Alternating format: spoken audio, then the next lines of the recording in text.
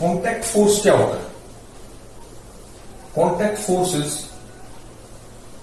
Suppose ये block मास m है, यहां पर एक पर्सन फोर्स लगा रहा है,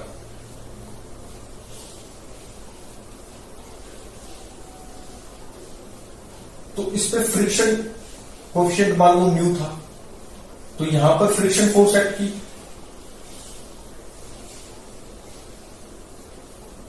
और यहां पर भी फ्रिक्शन फोर्स, यहां पर ये नॉर्मल एक्ट की।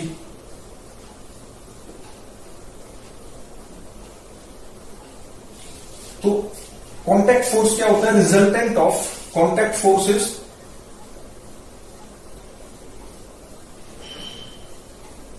it is force, contact force is force exerted by the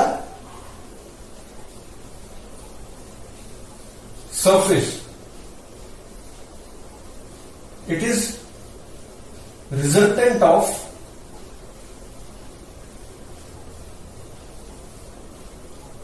friction force acting, friction force F acting and normal. तो अब ये जो फोर्स F जो इसने लगाई पर्सन ने, मान लो ये 0 से स्टार्ट करता है, पहले कोई फोर्स नहीं लगाता तो F भी 0 होगा, फिर थोड़ी सी इसने फोर्स बढ़ाई तो उतनी F लगने लग गया, ये और बढ़ाता है तो फिर और F बढ़ जाता है, जितनी ये लगाएगा उतनी ये लगेगी, जब तक कि F मैक्स नहीं आ जाए। F मैक्स क्या होता है? μSN, और नॉर्मल कितना है? mg। तो जब तक कि मैक्सिमम नहीं आ जाता तब तक जो भी फोर्स ये लगाएगा उतना ही फ्रिक्शन एडजस्ट कर लेगा। तो किसी भी टाइम पे कांटेक्ट फोर्स क्या होगी? Resultant of this two, contact force F is resultant of friction and normal. तो ये तो हो गया कांटेक्ट फोर्स। अच्छा, अब इसमें एंगल ऑफ फ्रिक्शन क्या होगा? Angle of friction is the, angle of friction भी एक टर्म होती है, angle of friction. This is angle made by contact force F, contact force बोलते हैं इसको, with normal। नॉर्मल के साथ जो एंगल बनाता है इसको बोलते हैं एंगल ऑफ फ्रिक्शन। ये मान लो थीटा, तो this angle is called angle of friction which the contact force makes with the normal. तो ये मैक्सिमम कब होगा angle of friction? This angle of friction is maximum when friction acting is maximum, जब F max act करेगा, sorry minimum, जब F max होगा, F max maximum, maximum जब F max होगा तो कांटेक्ट फोर्स भी मैक्सिमम होगा और वो टिल्ट टुवर्ड्स इसकी तरफ आ जाएगा, और इसकी तरफ आएगा, झुकाव इसका F मैक्स की तरफ हो जाएगा। जैसे जैसे फ्रिक्शन बढ़ेगी कांटेक्ट फोर्स F की तरफ आने लगेगा और थीटा मैक्सिमम हो जाएगा। Angle of friction is maximum when contact force is maximum and friction is maximum. तो मैक्सिमम एंगल ऑफ फ्रिक्शन कितना हो सकता है? Maximum angle of friction that is theta maximum is equal to F max upon normal. F max कितना होता है? μSN। तो theta max कितना हो सकता है? मैक्सिमम एंगल ऑफ फ्रिक्शन कितना हो सकता है? tan inverse, sorry theta max is this ना, तो थीटा मैक्स कितना हो सकता है? μSN μS के बराबर tan थीटा मैक्स लिखा जाएगा ना। ये मैक्सिमम एंगल ऑफ फ्रिक्शन कितना है? थीटा मैक्स, और tan theta max is this, तो theta max is tan inverse of μS। तो maximum of angle of friction ये क्या है? Maximum angle of friction. It occurs when contact force is maximum, और वो कब मैक्सिमम हुई? जब फ्रिक्शन फोर्स मैक्सिमम लगी। तो फ्रिक्शन फोर्स जब मैक्सिमम होगी तो मैक्सिमम एंगल ऑफ फ्रिक्शन आएगा, और वो कितना होगा? tan inverse μS। और इन जनरल क्या होगा? थीटा क्या होगा? इन जनरल होगा फ्रिक्शन जो भी एक्ट कर रही है, फ्रिक्शन फोर्स,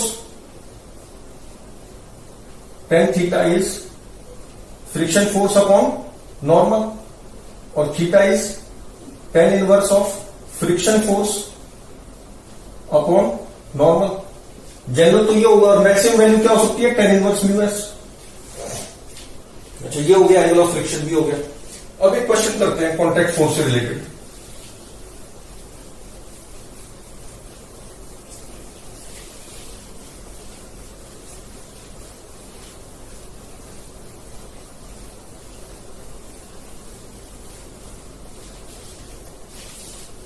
एचसी वर्मा में क्वेश्चन, अच्छा क्वेश्चन है।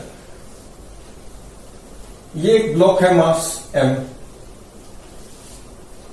और यहां पर एक पर्सन फोर्स लगा रहा है इस डायरेक्शन में। इस डायरेक्शन में कुछ ये फोर्स लगाता है, ठीक है, starting from zero. Initially zero लगाता है, फिर थोड़ा बढ़ाता जाता है। तो सरफेस भी फोर्स लगाएगा। सरफेस फोर्स लगाता है F। Force exerted by surface is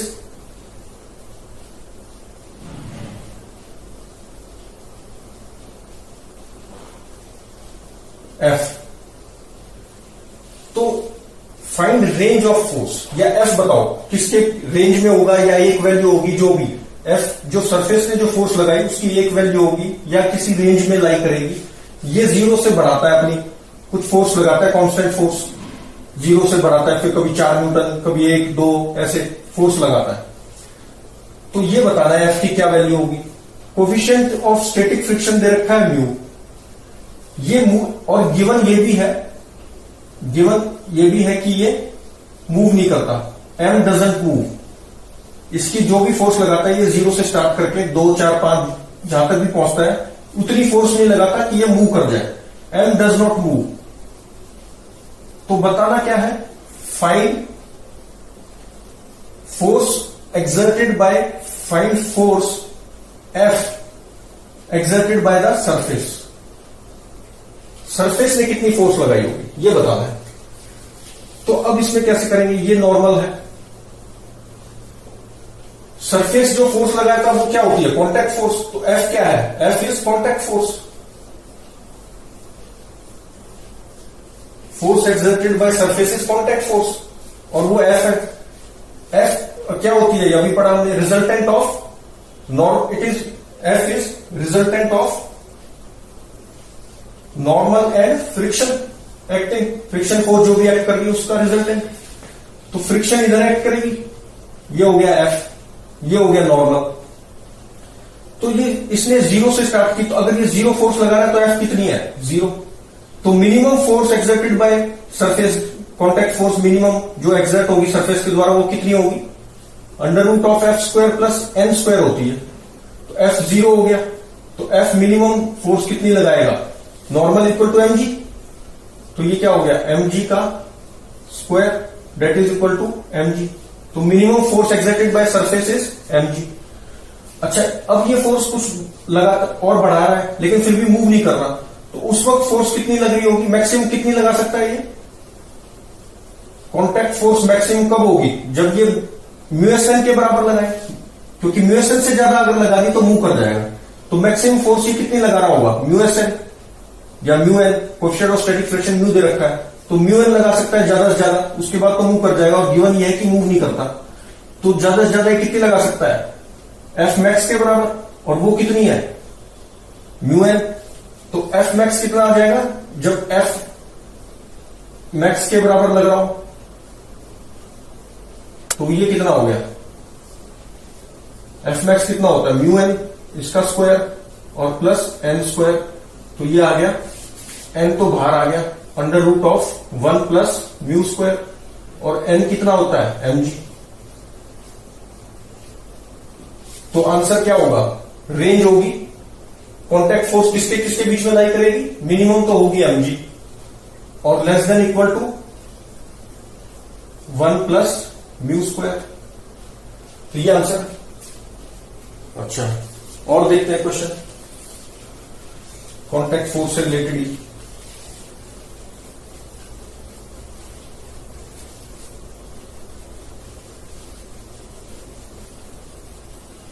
इसी में हम इस क्वेश्चन में एंगल ऑफ रिपोज भी समझ लेंगे क्या होता है। ये एक इंक्लाइन प्लेन है, इसके ऊपर ब्लॉक एम रखा है। क्वेश्चन ये है, ये थीटा है, क्वेश्चन ये है, I started increasing angle theta from 0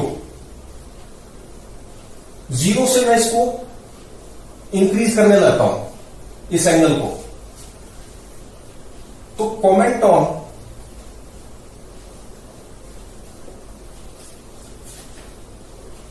contact force,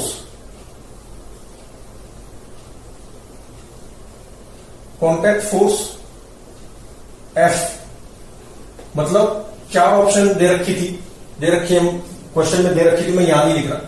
वो ऑप्शंस क्या थी कि पहले इंक्रीज करेगी कॉन्टैक्ट फोर्स, फिर डिक्रीज करेगी किसी एंगल के बाद, या कांस्टेंट रहेगी, या पहले डिक्रीज फिर इंक्रीज, पहले इंक्रीज फिर डिक्रीज, ऐसे कई सारे ऑप्शन। तो उनमें से चुनना है।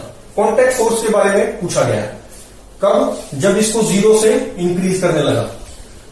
तो जब तक ये गिरता नहीं है तो कैसे सॉल्व करेंगे इसको? कॉन्टैक्ट फोर्स हम जानते हैं क्या होती है, normal plus friction force acting. अब जैसे मैं इसको इंक्रीज करेंगे तो इस तरफ कितनी लग रही है, ये mg होता है, एक्स एक्सिस मैंने ये ले लिया, वाई ये ले लिया,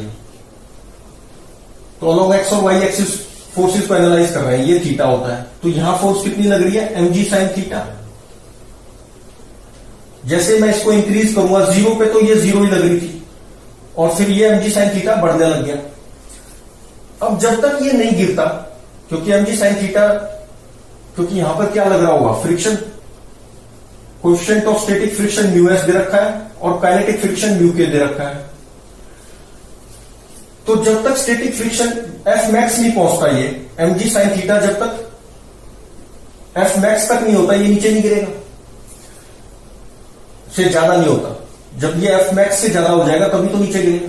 तो जब तक ये नीचे नहीं गिरता, मतलब मैक्सिमम फ्रिक्शन फोर्स नहीं पहुंचती, वो क्या होती है, static friction, maximum static friction μsn नहीं पहुंचता, तब तक फ्रिक्शन कितनी लग रही होगी, mg sine theta, mg sine theta ही लग रही होगी फ्रिक्शन। तो कॉन्टैक्ट फोर्स क्या हो जाएगी, F इज इक्वल टू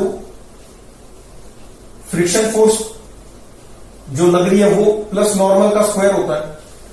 तो फ्रिक्शन फोर्स कितनी लग रही है जब तक ये चल नहीं रहा, गिर नहीं रहा। फ्रिक्शन फोर्स मैक्सिमम थोड़ा लग रही है, मान लो वो मैक्सिमम तो एक ही एंगल पे लगेगी ना, जब ये चलना स्टार्ट करेगा। जब mg sine theta is equal to F max होगा तब ये चलना स्टार्ट करेगा। और एफ मैक्स कब होता है, म्यूएस एन पे। और नॉर्मल क्या है यहां पर, mg cos थीटा। ये कितनी है force, mg cos theta. Y direction में कोई मोशन नहीं हो रहा, तो बैलेंस है forces, normal is equal to mg cos theta.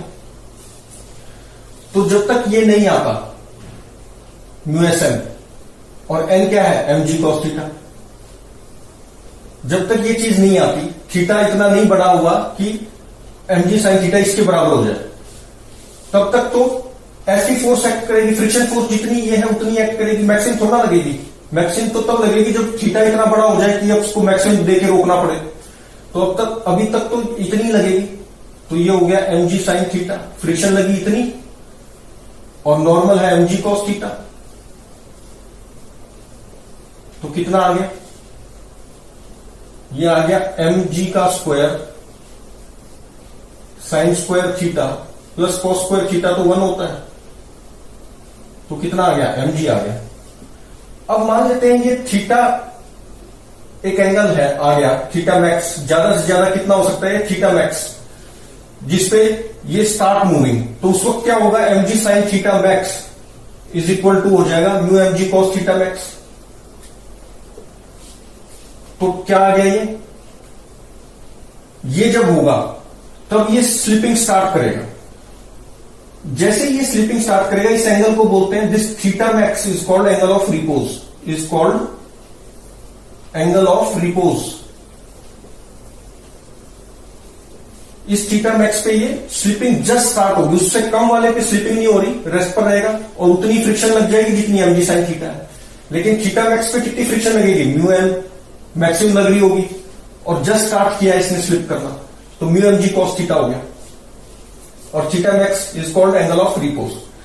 अच्छा, अब जैसे ही ये एंगल थीटा मैक्स से ज्यादा होगा, थीटा मैक्स पे बराबर हो गए, अभी भी नहीं फॉल स्लिप कर रहा, थीटा मैक्स जब थीटा ग्रेटर, ये जो कॉन्टैक्ट फोर्स की है कब है, जब theta less than theta max है, लेस देन इक्वल टू भी बोल सकते हैं। अच्छा, इक्वल टू नहीं बोल सकते क्योंकि इक्वल टू पे तो ये एक्ट करने लग गई, और theta greater than equal to अगर थीटा मैक्स है तब कॉन्टैक्ट फोर्स क्या हो जाएगी, अब फ्रिक्शन कितना एक्ट करेगा, अब फ्रिक्शन कितना होगा, मैक्सिमम लग रहा होगा, और मतलब ये अब स्लिप करने लग गया ना, ग्रेटर देन थीटा मैक्स पे क्या है, ये स्लिपिंग स्टार्ट होगी, स्लिपिंग स्टार्ट होगी तो म्यू के एन फ्रिक्शन लगेगा, काइनेटिक फ्रिक्शन लगेगा, काइनेटिक फ्रिक्शन मतलब म्यू के एन इसका स्क्वायर प्लस एन का स्क्वायर, तो ये कितना आ गया, एन बाहर आ गया,